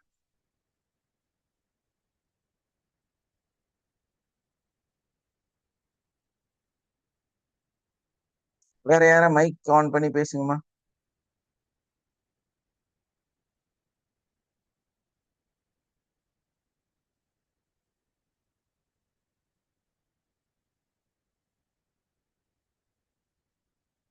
ஐயா வாழ்க எஸ், வளமுடன். வாழ்க வளமுடன் சார், சொல்லுங்க. நாங்கள் எல்லாரும் பெரிய லக்கி பர்சன் சார். நான் இவ்வளோ அருமையான ஸ்பீச்சை வந்து டெய்லி கேட்குதுன்னா கொடுத்து வச்சவங்க. நான் 100 நாள் கேட்டு நாங்கள் வந்து வாயை திறந்து வேற யார்கிட்ட பேசினா நாங்கள் மேதைன்னு சொல்லக்கூடிய அளவுக்கு எங்களுக்கு பாராட்டு கிடைக்கும் சார். அந்த அளவுக்கு விஷயங்கள் கேதர் ஆகிட்டே இருக்கிறோம். ரொம்ப நன்றி சார். ஓகேங்க. Thank you sir. வாழ்த்துக்கள் சார், வாழ்த்துக்கள். வாழ்த்துக்கள். Thank you sir. சார் வாழ்க வளமுடன் சார். வாழ்க வளமுடன். சார் இன்னைக்கு கிளாஸ் நல்லா இருந்தது சார். நம்ம ஒருத்தரை பத்தி அவங்க இதை செய்யல அது செய்யலன்னு புலம்புறது இதெல்லாம் கண்டிப்பா பண்ணியிருக்கிறோம் சார். நானும் பண்ணியிருக்கிறேன். அது நம்ம நெருங்கிய உறவுகள், தங்கச்சி இப்படி செய்யல, தம்பி இப்படி செய்யல அப்படின்னு சொல்றோம். அப்புறம் ரொம்ப ஃப்ரெண்ட்ஸ் நம்ம சொல்ற பேச்சை கேட்கல, இது மாதிரி செய்ய சொன்னோம், அது மாதிரி இதெல்லாம் நம்ம பேசியிருக்கோம் சார். ஆனா அதெல்லாம் வந்து தேவையில்லைன்ற மாதிரி இப்பதான் கொஞ்சம் கொஞ்சம் அதெல்லாம் குறைச்சிட்டு வரோம். இருந்தாலும் சில டைம்ல தவிர்க்க முடியாத பேசிட்டு ஏன் பேசணும்னு யோசிக்கவும் வைக்குது சார். அந்த மாதிரி போயிட்டு இருக்குங்க சார். ஆனா யோசிக்கிறோம், பேசிட்டாலும் அடுத்த நிமிஷம் உட்காந்து கொஞ்ச நேரம் கழிச்சு நம்ம இதை பேசிருக்க கூடாதுன்னு யோசனை எல்லாம் வந்துட்டு தான் சார் இருக்கு. ஸோ கட்டுப்படுத்திட்டு தான் இருக்கோம். தேவையில்லாததெல்லாம் இப்போ கரெக்ட் பண்ணிட்டு தான் சார் இருக்கோம். ஓகேங்க சார், தேங்க்யூ சார். இந்த கிளாஸ் வந்து நமக்கு கண்டிப்பா ஒரு லைஃப்கான ஒரு நம்பிக்கையை கொடுக்குது சார். தன்னம்பிக்கை, செல்ஃப் கான்ஃபிடன்ஸ் நல்லா வரும் சார். நம்ம இதை டெய்லி நம்ம பண்ணும்போது கண்டிப்பா நம்மளுடைய கோலை அச்சீவ் பண்ண முடியும். லைஃப்ல டெய்லி வர ப்ராப்ளத்தை நம்மளால சால்வ் பண்ண முடியும் சார். Thank you sir. வாழ்க்கை வளமுடன். Good morning sir. Very doctor good Arun morning. Sir. Yes. Very good sir. இன்னைக்கு தான் மார்னிங் வந்து மனசு வந்து ஆன்சைட்டியா இருக்குன்னு சொல்லிட்டு நான் டெல்லியில எங்களுக்குன்னு ஒருத்தங்கள நியமிச்சிருக்காங்க மாதாஜி. அவங்களும் எங்க நாலேஜ்ல இருக்காங்க. அவங்க கிட்ட பேசினேன். அவங்க என்ன சொன்னாங்கன்னா, காடுக்கே வந்து அவருக்குள்ள இருக்க ஞானம்னா சத்தியம். அதை வந்து வச்சுட்டு இருக்க முடியாதாம். ஒரு ஒரு குறிப்பிட்ட டைம், ஒரு 5000 இயர்ஸ் வந்துருச்சு அப்படின்னா அதை அவர் ரிலீஸ் பண்ணி தான் ஆகணும். அதை தாரணை பண்றதுக்கு ஒருத்தரை செலக்ட் பண்ணி அவருக்குள்ள அந்த எல்லா நாலேஜையும் அவரு கொடுக்க வரையும் அவருக்கு டென்ஷனா இருக்குமா. அது வந்து அந்த சத்துவத்தோட கம்பேர் பண்ணி சொன்னாங்க சார். அது ரொம்ப புது பாயிண்டா இருந்தது. இன்னைக்கு நீங்க சொல்ற எல்லா விஷயத்தோடையும் அது வந்து எக்ஸாக்ட் மேட்சா இருந்ததுங்க சார். ஸோ அவங்க என்ன சொன்னாங்கன்னா, உங்களுக்குள்ள இருக்க நாலேஜ் நீங்க வந்து எடுத்துட்டே இருக்கீங்க. பட் அதை வந்து யாருக்காவது சொல்லணும். அது வந்து கொடுத்தாதான் உங்களுக்கு அந்த ப்ரெஷர் ரிலீஸ் ஆகும் அப்படிங்கிற மாதிரி சொன்னாங்க. எஸ். அதுதான் உங்களுக்கும் அதே பொறுத்த மாதிரி இருக்குது சார். நீங்களும் வந்து லைக் நீங்க இன்னைக்கு சொன்னீங்க, நான் யார்கிட்டயாவது பேசும்போது நிறைய விஷயத்த பத்தி மேபி அது வந்து உங்களுக்கு வந்து அது சொல்யூஷன் நோக்கி அதுக்கு சொல்யூஷன் தேடிட்டு இருக்கும் போது அதை நீங்க ஷேர் பண்ணிருக்கலாம். அந்த மாதிரி ஒரு ஆங்கிள் எனக்கு தோணுச்சுங்க சார். அதான் சொல்றேன். பட் அது வந்து தப்பா போகுது. நம்ம அந்த ஆமா மாதிரி ஷேர் பண்ணக்கூடாது. ஆமா ஆமா அது கரெக்ட். பட் நமக்குள்ள அந்த வந்து டைம்ல வந்து உங்களுக்கு வந்து ஆமா. அந்த தாட் வந்து எனக்கு சொல்யூஷன் வேணும் அப்படிங்கிற மாதிரி உள்ளுக்குள்ள ஓடிட்டே இருந்திருக்கும். அப்ப நம்மளே அறியாமலே அதை நம்ம ஷேர் பண்ணிருப்போம். அதுக்கப்புறம் லெசன் லேர்ன் பண்ணக்கப்புறம் அது நீங்க எனக்கு எனக்கு தோணுனதை நான் சொல்றேன். என்னன்னா, ஆ, ஒரு கதை சொல்லுவாங்க. இல்லைன்னா எல்லாரும் வந்து சொல்றது, ஆஹ் கோபம் இருக்கிற இடத்துலதான் குணம் இருக்குன்னு சொல்லுவாங்க இல்லையா? அப்ப இந்த கோபப்படுறது அப்படிங்கறது ஒரு நல்ல விஷயம் மாதிரி சொல்லிட்டே இருந்தாங்க. கோபம் இருக்கிற இடத்துலதான் குணம் இருக்கும். ஸோ அதனால நீங்க வந்து அட்ஜஸ்ட் பண்ணிப்போங்க அப்படி. இது இந்த ஒரு பாயிண்ட்டை வச்சுட்டு நிறைய பேர் கோவப்பட்டுட்டு இருந்தாங்க. ஏன்னா நான் வந்து நல்ல மனுஷனா இருக்கிறேன், நான் வந்து உண்மையானவனா இருக்கிறேன், ஸோ அதனால எனக்குள்ள வந்து கோபம் இருக்கும் அப்படின்னு தவறான சிந்தனையை மக்களுக்குள்ள விதைச்சு வச்சிருந்தேன். ஸோ அதுல நானும் அதுல போய் மாட்டிட்டு தான் இருந்தேன். ஏன்னா நம்ம கிட்ட நல்ல குணம் இருக்குது, நல்ல செயல்கள் இருக்கு, நம்ம ஒழுக்கமானவனா இருக்கிறோம். ஸோ நமக்குள்ள வந்து கோபம் இருக்கிறது சரிதான் நினைச்சோம். ஸோ இந்த கோபத்தை வந்து மக்களுக்கு இடையில நம்ம வந்து பிரதிபலிக்கிறதோ அங்க போய் கோவப்படுறதோ வந்து நம்மளோட ஸ்ட்ரெஸ்ஸை வந்து குறைக்குது அப்படின்னு நம்ம ஃபீல் பண்ணிருக்கோம். ஸோ அது ஒரு ரிலாக்ஸேஷனையும் நமக்கு கொடுத்துட்டே தான் இருந்துச்சு. பட் அதே டைம்ல நம்ம வந்து நிறைய நெகட்டிவ் கொட்டுறோங்கிறது நமக்கு புரியவே இல்லை. இந்த கோபத்தை கொட்டுறதுனால நம்ம உடல் வந்து பாதிக்கப்படுதுங்கிறதையும் நம்ம புரியவே இல்லை. அப்ப நம்ம கோவமே படக்கூடாது அப்படிங்கிறதையும், எப்படி கோவப்படாமையே வாழ்றதுங்கிறத கத்துக்கிறது தான் ரொம்ப முக்கியங்கிறது தான் ரொம்ப ரொம்ப முக்கியம். நீ நல்லவனா ஒழுக்கவனா இருக்கிறனால இந்த உலகத்துக்கு நீ துரோகம் தான் செய்யற தவிர நீ நல்லது செய்யறதே கிடையாது. இது ரொம்ப ரொம்ப முக்கியமா நம்ம கவனிக்க வேண்டிய ஒரு விஷயம். நிறைய இந்த ஒழுக்க சீலர்கள் அப்படின்னு இருக்காங்கல்ல, இவங்க எல்லாருமே அயோக்கிய பயல்கள். ஏன்னா இவர் ஒழுக்கமா இருக்கிறாருங்கிற ஒரே காரணத்துக்காக நிறைய பேத்துக்கு இவர் துரோகம் பண்ணுவார், நிறைய பேத்த சங்கடப்படுத்துவார், கவலைப்படுத்துவார், நிறைய பேத்த வந்து பிளேம் பண்ணுவாரு, நிறைய பேத்த வந்து ரொம்ப ரிஸ்க்குள்ள கொண்டே சிக்க விட்டுருவாரு. ஸோ இந்த தன்மையை இருக்கக்கூடியவர்கள் தான் இந்த ரொம்ப ஒழுக்கமான பெர்ஃபெக்ட் மேன் அப்படின்னு சொல்லக்கூடியவங்க. ஒரு கட்டத்துல இந்த மனிதர்கள் முழுவதுமே தனிமையில தான் இருந்தாங்க. கடைசி காலம் ஃபுல்லுமே இவங்களுக்கு தனிமை தான். இவங்க இந்த ஒழுக்கமா இருக்கிறேன்னு சொல்லி பெர்ஃபெக்டா இருக்கிறேன்னு சொல்லி யாரெல்லாம் இருந்தாங்களோ அவங்க எல்லாருமே வந்து தனிமையில போனாங்க. அதுக்கு காரணம் என்னன்னா இவங்களுக்குள்ள இருந்த அந்த கோபம், இவங்களுக்கு கொடுக்கப்பட்ட அந்த சிந்தனை. பட் அது கிடையாது. ஒழுக்கங்கிறது வந்து எல்லா மனிதர்களையும் அனுசரிச்சு போறதுதான் இருக்குது. அவங்களோட மனசை நம்ம வந்து புண்படுத்தாம செயல்படுறதா இருக்குங்கிறதே நம்ம யாரும் வந்து எடுத்து சொல்லவே இல்லை. இதுதான் ஒழுக்கம், இதுதான் தன்மை. கைண்ட்னஸ் தான் ஒழுக்கம்.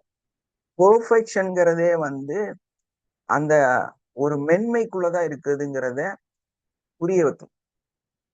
ஸோ இதுக்கு பதிலா தலைகீழா சொல்லி கொடுத்துட்டாங்க. ஸோ இதை ரியலைஸ் பண்ணி நம்ம வாழ்க்கையை வந்து மாத்தி அமைக்கணும்.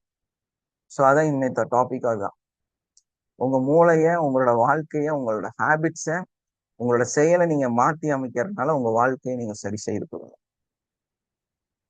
ஓகே, எனக்கு தெரிஞ்ச நாலேஜை உங்களுக்கு சொல்லுங்க. என்ன விட நாலேஜ் இருக்கிறவங்க யாரு வேணா இருக்கு. இன்னொரு பாயிண்ட், சூரிய நமஸ்காரம் பத்தி சொன்னீங்க சார். அது புதுசா இல்ல, ஏற்கனவே முன்னாடி எப்பயோ கேள்விப்பட்டிருக்கேன். பட் எல்லாரும் அது பண்ணா நல்லா இருக்கும்னு தோணுச்சு. யாருமே பண்ண மாட்டாங்கம்மா. சார் என்னோட ஃப்ரெண்டு வந்து கொரோனா டைம்ல சாகுறது மாதிரி இருந்தாங்க சார், 3 மாசம். அவங்க வந்து இப்ப ரெகுலரா பண்ணிட்டு இருக்காங்க சார். எனக்கு தெரிஞ்சு யோகா பண்ற யாருமே வந்து சூரிய நமஸ்காரம் பண்ண மாட்டாங்க. அதுக்கு அடுத்த ஸ்டேஜ்ல இருந்தா சொல்லியே கொடுப்பாங்க. ஃபர்ஸ்ட் எடுத்தனே நேரா உட்காந்து அப்சனா ஸ்டார்ட் பண்ணிடுவாங்க. கிளாஸஸும் அப்படிதான் எடுக்கிறாங்க. ஆனா என்னோட குரு அப்படி இல்லை. நான் டிப்ளமா இன் யோகா. ஸோ என்னோட குரு வந்து ரொம்ப பெரிய பேக்கப் இருக்கிறவரு. ஸோ அவரு வந்து எனக்கு ஃபர்ஸ்ட் சொல்லி கொடுத்தது வந்து சூரிய நமஸ்காரம் தான். நாங்க அதுல ரெக்கவர் ஆனதுக்கு அப்புறம் தான் மற்றதெல்லாம் சொல்லி கொடுத்தோம். இவங்க எடுத்தனே சம்பளம் போட்டு உட்காந்து ஸ்டார்ட் பண்ணிட வேண்டியது. அப்புறம் எங்க போய் உங்களுக்கு நல்லா இருக்கு இல்லையா? சூரிய நமஸ்காரம் தான் உங்களை எல்லாத்தையுமே மாத்தி அமைக்கும். சூரிய நமஸ்காரம்னா சூரியனை பார்த்து கும்பிடுறது இல்லைங்க. சூரிய நமஸ்காரங்க 7 ஸ்டேஜஸ் இருக்கக்கூடிய ஒரு யோகால முக்கியமான பயிற்சி. ஸோ அதை வந்து நம்ம செய்யணும். புரியுதா? Okay, thank you. Okay, thank you all. Wind up பண்ணிக்கலாமா?